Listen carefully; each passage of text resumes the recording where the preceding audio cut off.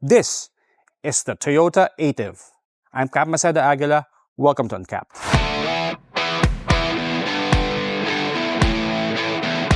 Alright, so we're aboard the Toyota Ativ.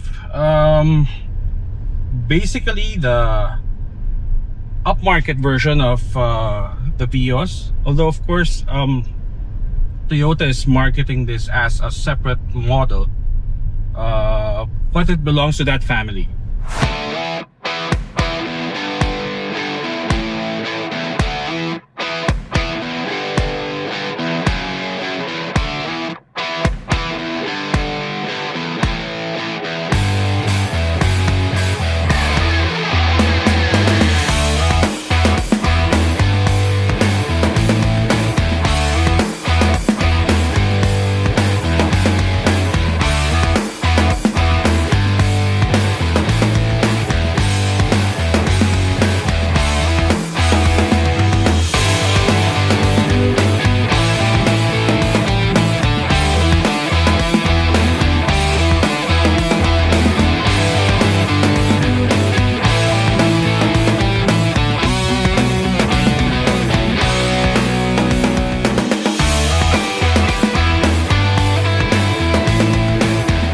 Alright, so we're aboard the Toyota Ativ, soon to be launched, but by the time that you see this video, it would be launched already and available in the market. So what it is essentially is an upgrade of the Vios that we all know, but of course this would be called the Vios Ativ.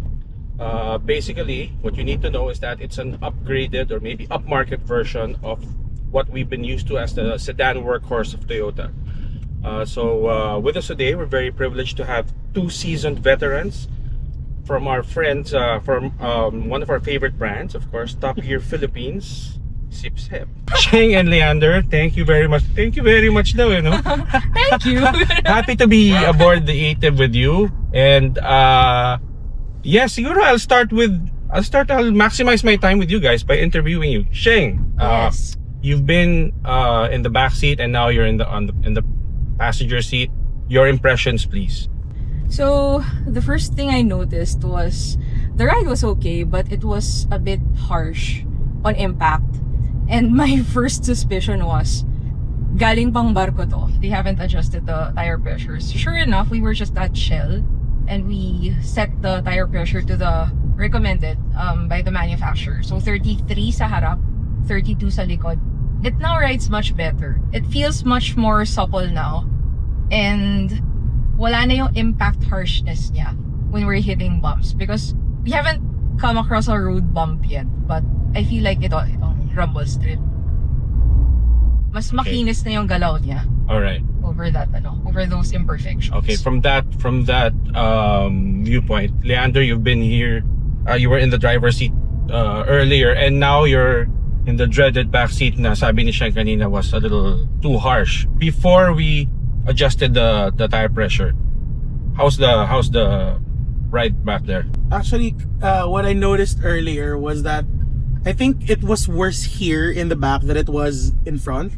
But now that we've adjusted the tire pressure, I could say that the ride now here in the back is better than how it was kanina when I was in front. So big difference talaga. Okay. But I do get, Sheng was complaining earlier off camera that she couldn't see anything from the back seat. And now I'm here, I really can't see anything. I see none of the, there's no gap in between the headrest and the headliner to see part of the windshield, nothing. So if you want to see something in front, you have to peek towards your sides. Leg room, how about leg room and elbow room?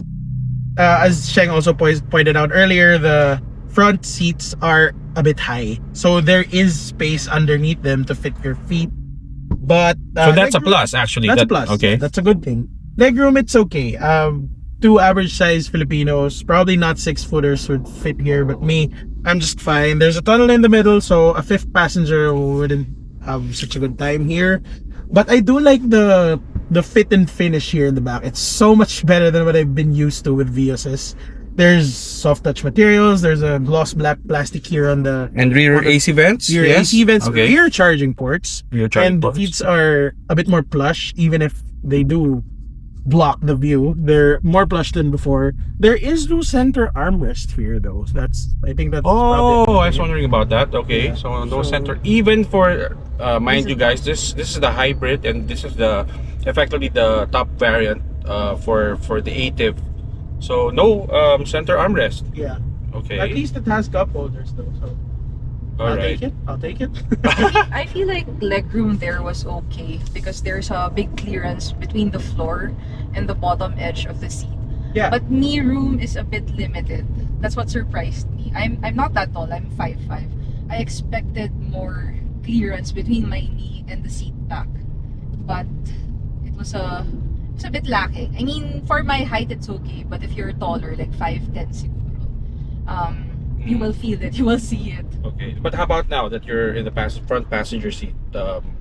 Is the experience a little, do you feel what we've been saying, that this is a more upmarket version of the Vios? Yes, I'm gonna mention it na. I have the Honda City test unit. Why not? It's in the parking lot sa iniwanan natin. Iniwan ko naman, hindi naman tayo magbe-big test ngayon. Pero ito, like there are soft touch materials. And real stitches, I and mean, real stitches, yeah. There's this textured gloss black plastic that already has fingernails here. So it's an effort to sort of vary the surfaces you can see inside the car. Pero yun, it's a smudge magnet. We also have it here. Ayan. Okay. These are high maintenance surfaces. I imagine they get dusty easily, diba? Yeah, and then the seat belt does not have height adjustment. I tend to notice that because I am shorter than most guys in the beat. Any pluses, guys? What do you like about the Ativ? I've always found the Vios to be, what Cap said earlier, point A to point B cars. Now that they've gone hybrid, they're not just point A to point B cars. They're cars that can actually, that's a good option if you want to save on gas money, if you're very keen on avoiding coding. So it's a very big deal, and it's ready for the future, right? Like for the next how many years, at least it's gonna stay competitive. So I think that's the best part for me. And at least I drive it and I know what I'm getting. Like it's a Toyota hybrid. True. If the engine starts, it's noisy, it's fine, because I get excellent fuel economy, and I know at least in the next how many years I'm not gonna get any major problems with this, because it's the same hybrid system, if newer than the other Toyotas, and those Corolla Crosses, those Yaris Crosses, they haven't really had major problems that have gone viral on social media or whatever. So yeah, that's something I actually love about this new car. All right. Well said. Sheng? I like that all this looks familiar, but it's also upgraded. So the surfaces are better, the interface is better, the screen is pretty good because we came from a generation of Toyotas that had like aftermarket systems, right? Yeah, so yeah. this is a good OEM screen. I haven't tried the touchscreen functionality yet, if it's You're on way. responsive. Yeah, it's pretty responsive naman. And it has options for both wired and wireless. Oh, Ah, Stop good with wireless. Good point. alright. And there are buttons also. Because, like, with other cars, panay screens na lang. And Yeah. it's hard to figure out where the sub-menus are. They're very deep in the They're screens. tucked into, yeah. Some people would say, then just use voice command. But, again, we're coming from a generation that voice command was very, very far from perfect. You needed proper diction. Like, I don't know, a British accent. I sometimes talk to my car like the show.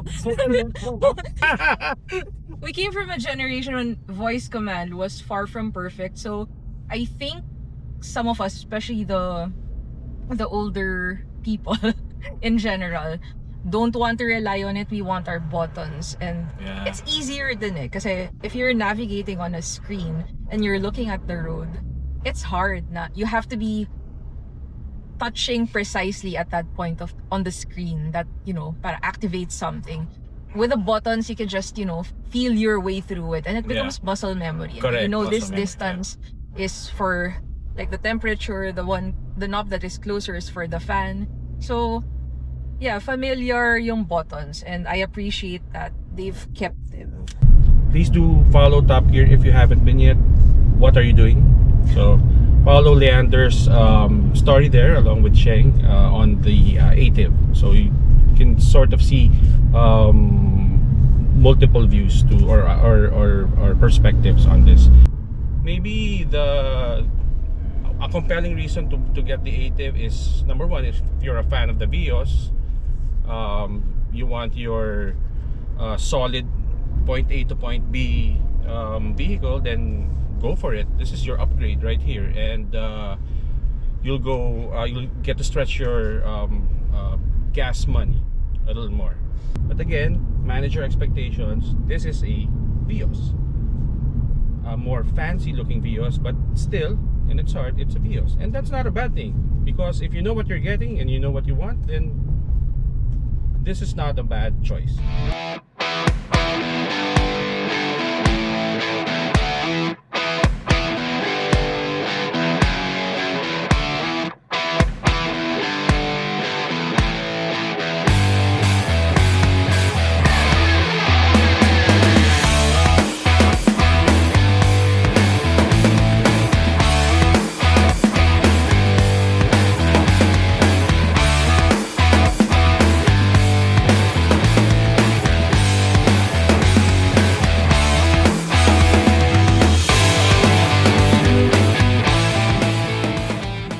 Alright, welcome to Tagaytay, where it's not that chilly right now, but works just fine for us because we're here with a hot car, a hot new car from Toyota Motor Philippines.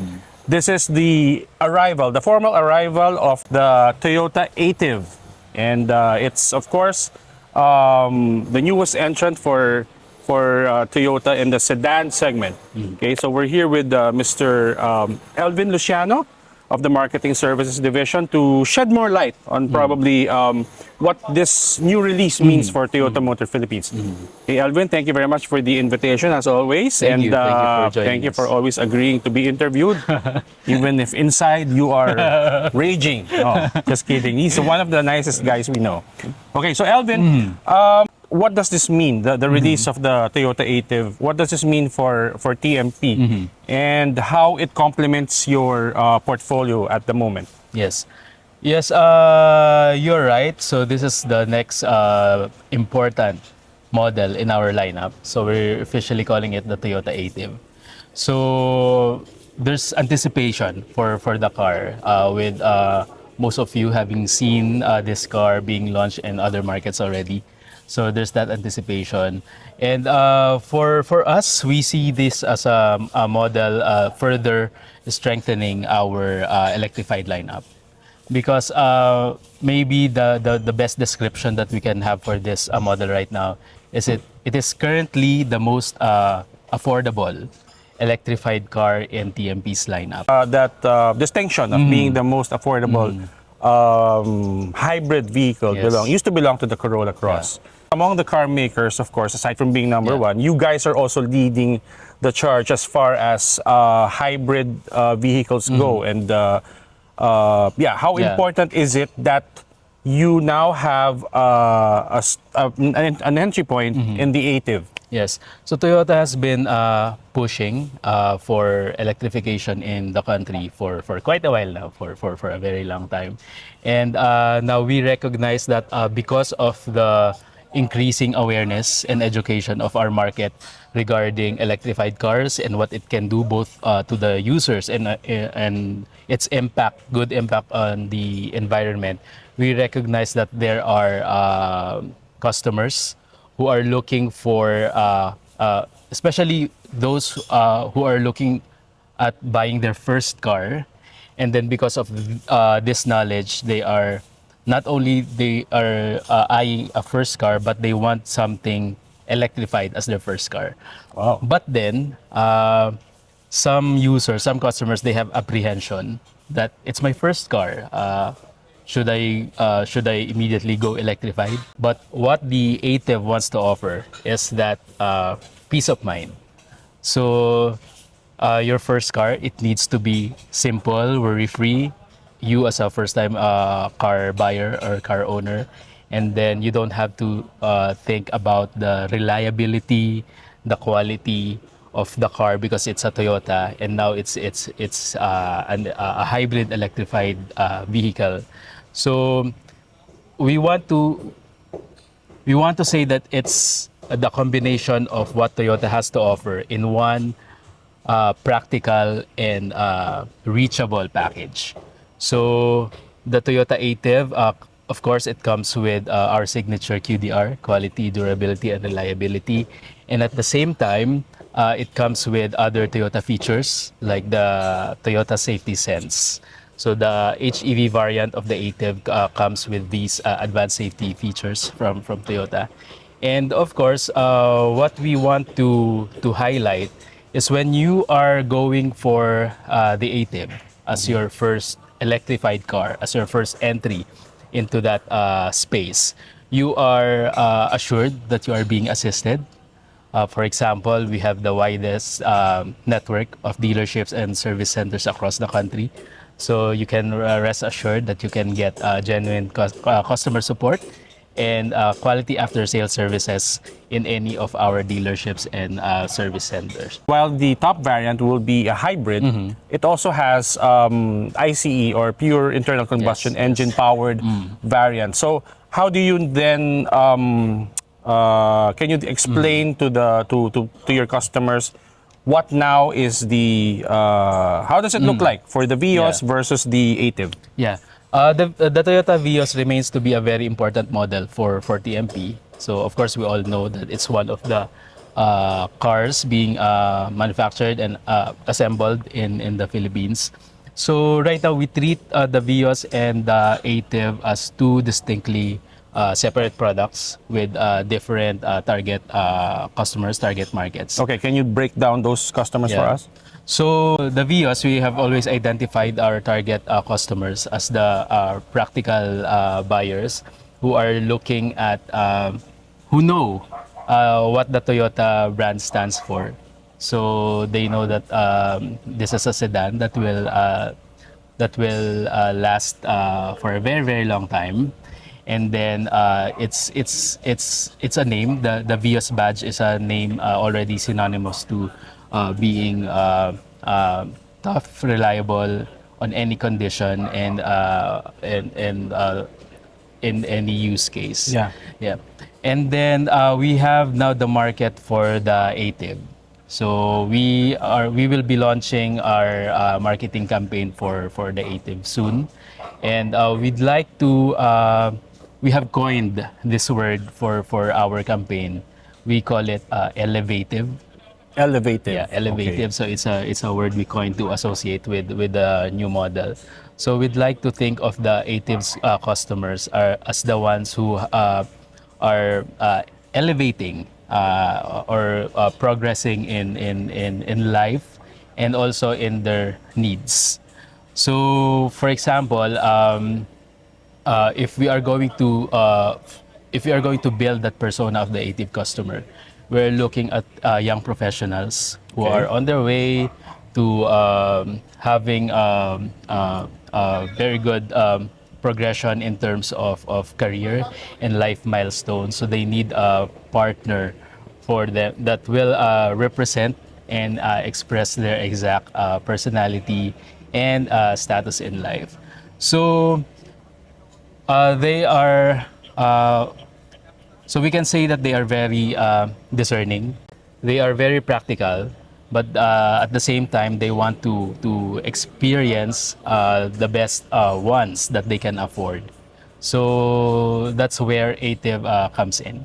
Okay. Now, lastly, please tell us how the Ativ now fits into Toyota's drive towards carbon neutrality. It seems that Toyota is now casting a wider net as far as hybrids go. Can you speak to the strategy as far as towards carbon neutrality? Yes. Toyota has always been about the multi-pathway approach. So meaning each electrified vehicle that we produce and we market, we consider the needs and even the budget of our customers. So we at Toyota have always believed that we can feel or we can experience the good impact of electrification through massive adoption. So in order to do that, that's why we have been offering the widest range of electrified options. So right now we have the Ativ, which is the most affordable right now. So what we hope to achieve this time is, of course, especially for the young ones, they are most of them are aware of our environmental concerns, and most of them are very interested in finding ways to contribute or to be part of the solution.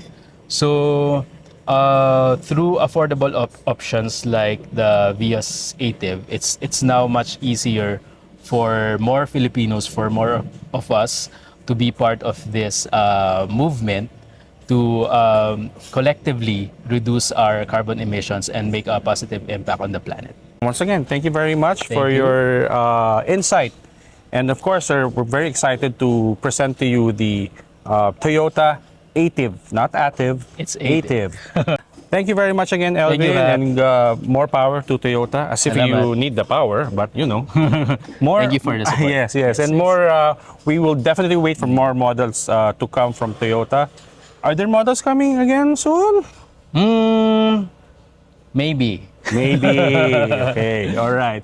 Okay. For Uncapped, this has been Cap Masada Aguila in Tagaytay City with, of course, our friends from Toyota Motor Philippines and the Toyota Ativ with Mr. Elvin Luciano here. Thank you very much again. We'll see you guys soon. Thank you.